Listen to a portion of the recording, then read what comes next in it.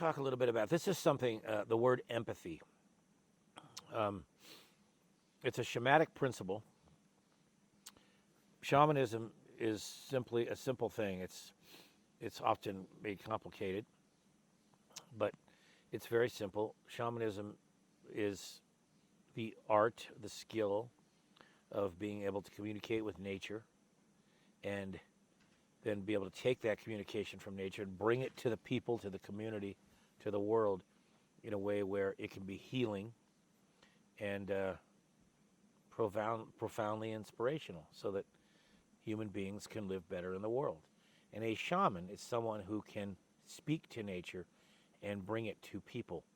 And there's certain unique gifts that different shamanic people have, but overall, one of the greatest gifts is simply learning to communicate with nature.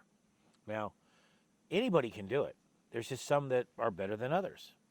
So I ask you to think about, what are some of your unique gifts? I mentioned the word empathy because I'm a very feeling person.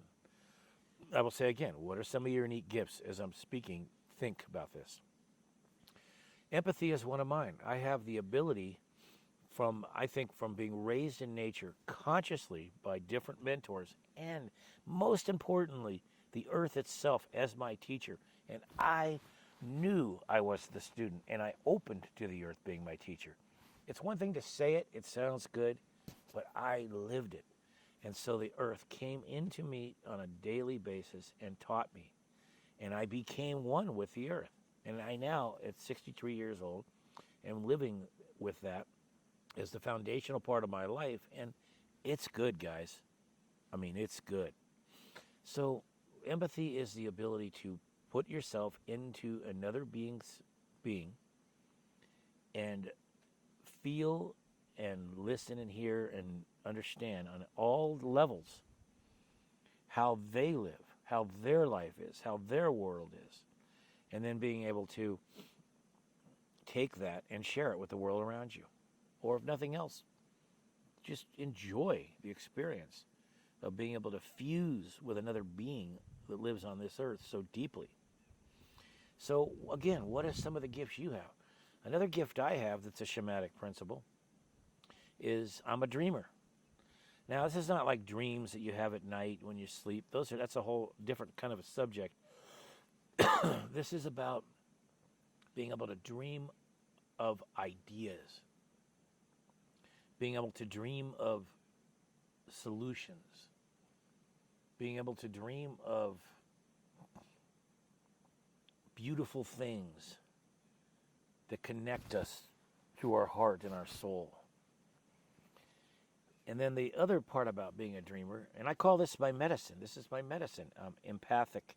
I'm a dreamer. I have the ability to then get up and make dreams come true. I can envision them. They can come into my being. And then I have the intellectual ability, the willingness, the interest to learn what it takes to, if I want to take a dream and manifest it into reality. Now, this incredible school of mine, Headwaters Outdoor School, is one of the great examples of that. I was able to buy this land at a time in life back in 1990 when it was very affordable. I was ready. I came. I found it. I remember when I came out to this land, I walked out onto it. I found the water, the creek running through it, and I looked, and there was a red-tailed hawk feather floating down it, center tail feather. I took that as a sign. I looked at the realtor. I also felt like I was being watched by the earth keeper, which now lives here, and I went and bought the land. And then I created the school with some help of. I was able to bring in many people, and it grew. It grew and morphed from all adults to adults and kids to now more kids, less adults, but adults are still welcome. And here I am. I've got this farm I've created on the land. I've got, everywhere I walk, I'm constantly going to whoever I'm walking with, including my dogs. I can't believe this is my land. I mean, I'm the caretaker of this land. It's so beautiful. There's hundreds of places on this land that are remarkable. Any one, and most people would love. There's literally hundreds. So I built my house. My friends came and helped me. They built it. It was a community effort.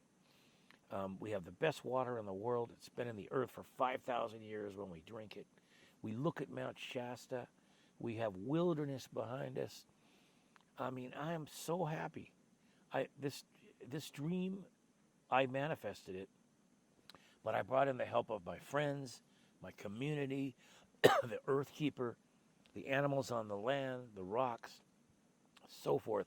All the things living here helped to create the space and the situation so that the land could be turned into a childhood dream. Other types of medicine that you might carry might be that you're a person of action, a leader. And a leader, sometimes when you say the word leader, you think of, a leader of a corporation, or people shy away from that.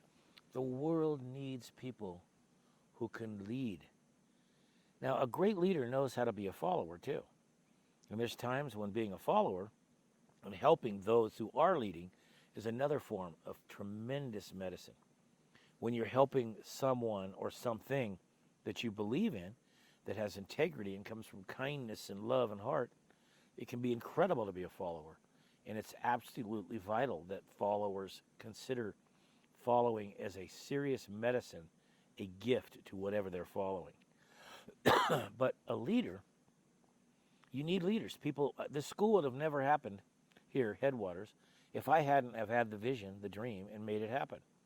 But part of it is I have leadership skills.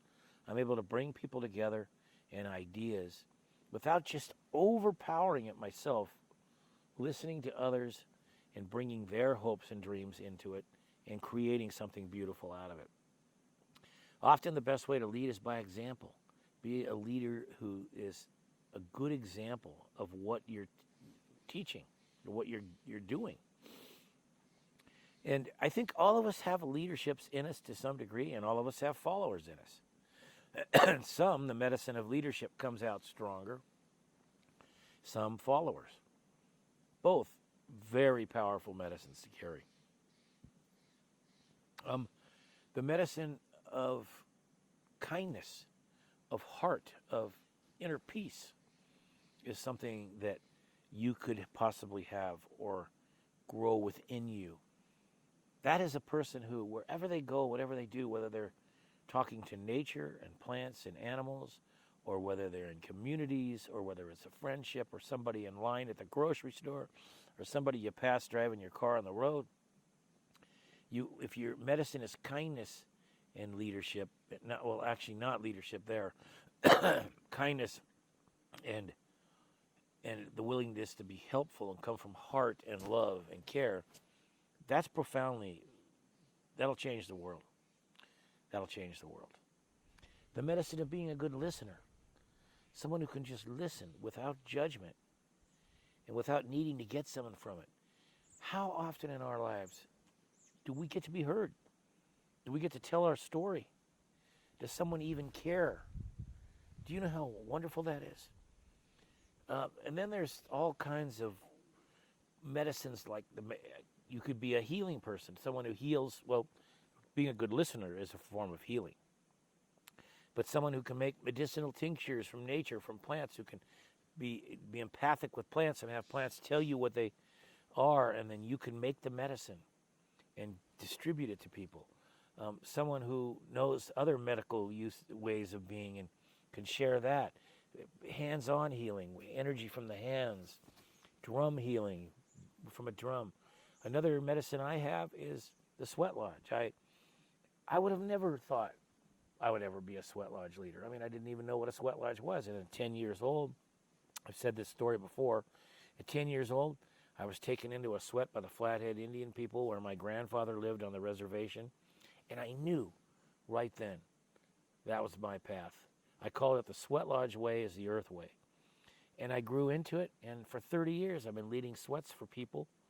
And I know it changes their lives forever. I'm so thankful, so honored to be able to be a person who can do that and give that to people. Every day I wake up just going, wow. I mean, is this real? Am I really doing that? Is that me in there singing those songs, running the sweat? I think it is me. It's amazing. And I could go on and on. What is your medicine? What is the gifts that you have that you can give to the world? It always comes full circle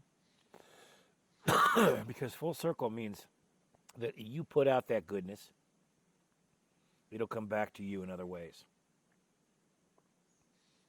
What is your gift? What's it going to take to get you up and using it, giving it? Oh,